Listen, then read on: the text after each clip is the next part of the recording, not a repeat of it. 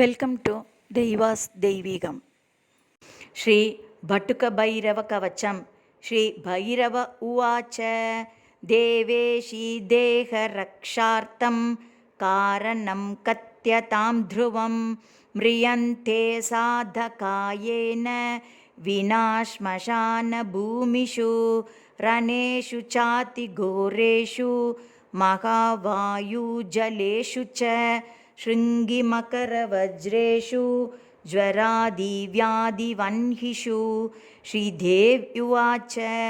కథయామి శృణు ప్రాజ్ఞ భటోస్తు కవచం శుభం గోపనీయం ప్రయత్నేన మాతృజారోపమం యథా తస్య ధ్యానం త్రిధా ప్రోక్తం సాత్వికాదిప్రభేదతః సాత్వికం రాజసం చైవ తామసం దేవ తచ్ఛృణు. ధ్యానం వందే బాలం స్ఫటికసదృశం కుండలోద్భాసివక్త్రం దివ్యాకల్పైర్నవమణిమయైః కింకిణీనూపురాద్యైః దీప్తాకారం విశదవదనం సుప్రసన్నం త్రినేత్రం హస్తాబ్జాభ్యం బటుకమనిశం శూలఖడ్గౌదధానం ఉద్యద్భాస్కరసన్నిభం త్రినయనం రక్తాంగరాగస్రజం స్మేరాస్యం వరదం కపాలమభయం శూలం దధానం కరైః నీలగ్రీవముదారభూషణశతం శీతాంశుచూడోజ్వలం బంధూకారుణవాససంభయహరం దేవం సదా భావయే. ధ్యాయే నీలాత్రికాంతం శశిశకలధరం ముండమాలం మహేశం దిగ్వస్త్రం పింగకేశం డమరుతశృణిం ఖడ్గశూలాభయాని నాగం ఘంటాం కపాలం करसरसिरुहैर्विभ्रतं भीमदंष्ट्रं सर्पाकल्पं त्रिनेत्रं मणिमयविलसत्किङ्किणीनूपुराढ्यं. कवचम्. ॐ शिरो मे भैरवः पातु ललाटं भीषणस्तथा नेत्रे च भूतहननस्सारमेयानुगो भ्रुवौ भूतनाथश्च मे कर्णौ कपोलौ प्रेतवाहनः नासापुटौ ततोष्टौ च भस्माङ्गः सर्वभूषणः भीषणास्यो ममास्यं च शक्तिहस्तो घलं मम स्कन्दौ दैत्यरिपुः पातु बाहु अतेलविक्रमः पानी कपाली मे पातु मुण्डमालाधरो हृदं वक्षस्थलं तथा शान्तः कामचारी स्तनं मम उदरं च समे तुष्टः क्षेत्रेशः पार्श्वतस्तथा क्षेत्रपालः पृष्ठदेशं क्षेत्राख्यो नाभितस्तथा कटिं पापौगनाशश्च भटुको लिङ्गदेशकं गुधं रक्षाकरः पातु ऊरुरक्षाकरः सदा जानू च गुर्गुरारावो जङ्गे रक्षतु रक्तपः गुल्पौ च पातु कासिद्धः पादपृष्ठं सुरेश्वरः आपादमस्तकं चैव आपदुद्धारणस्तथा सहस्रारे महापद्मे कर्पूरधवलो गुरुः पातु मां वटुको देवो भैरवः सर्वकर्मसु पूर्वस्यामसिताङ्गो मे दिशि रक्षतु सर्वदा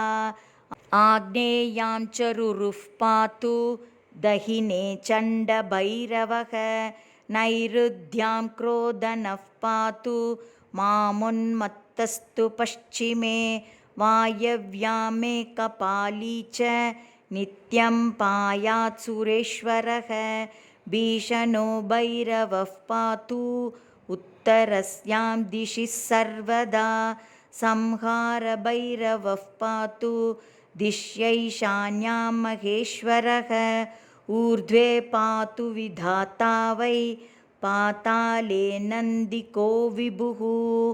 सद्यो जातस्तु मां पायात् सर्वतो देवसेवितः वामदेवोऽवतु प्रीतो रणे घोरे तथावतु जले तत्पुरुषः पातु स्थले पातु गुरुः सदा डाकिनीपुत्रकः पातु धारां स्थूलाकिनीसुतः पातु साकलको भ्रातॄन् श्रियं मे सततं गिरः लाकिनीपुत्रकः पातु पशून् श्वानं जांस्तथा